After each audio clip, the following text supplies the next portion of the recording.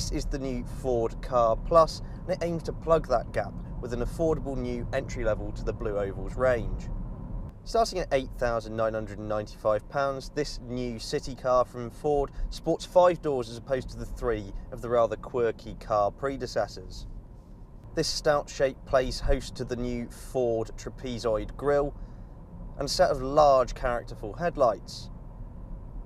Generally speaking, the design doesn't set the world on fire, but I have to say, in black, this car looks rather smart.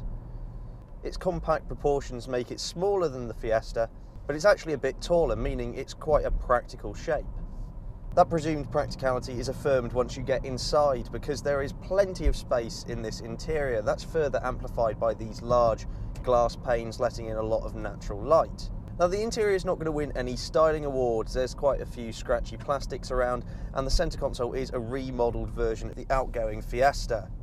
But as I said, if it's space you're after in your city-dwelling machine, then the Ka Plus might just be for you. The rear bench seats 3, and there's good levels of head and leg room.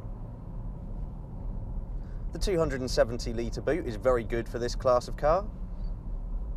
And if you fold those rear seats flat, you get 849 litres. The interior feels solid, not like it's going to fall apart anytime soon. This Zetec model brings with it Ford's Sync infotainment system, DAB radio, and externally 15-inch alloy wheels. Under the bonnet of the Ka Plus is a 1.2 litre naturally aspirated 4-cylinder engine, and that produces 84 brake horsepower in this top specification Zetec model. Whilst this little unit isn't going to get you going anywhere particularly quickly, teamed with this 5-speed manual transmission, it provides really quite linear power delivery. The real surprise is that the Ka Plus handles very well indeed, not just for a city car, but in general. If you think about it, it's got the ingredients right. You've got a wheel pushed to the very edge of each corner, giving it the widest footprint possible, but also you've got a car that doesn't actually weigh all that much. Take it onto some more interesting roads away from the city and you'll find that despite a little bit of body roll, there's good levels of grip, and the real star of the show is the very precise steering. Mix that with the aforementioned 5-speed manual gearbox, which is actually a joy to use, and it actually punches well above its weight in terms of handling.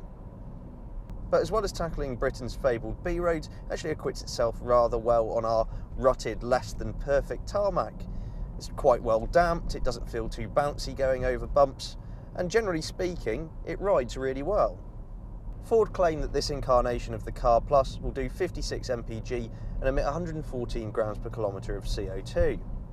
The new Ford Ka Plus has really impressed me, both in the way that it has TARDIS-like interior proportions, but also in the way that it handles very keenly, which is maybe something a bit unusual for these sorts of city cars that usually just find themselves stuck in congestion. Thanks very much for watching, and let us know what you think in the comments below.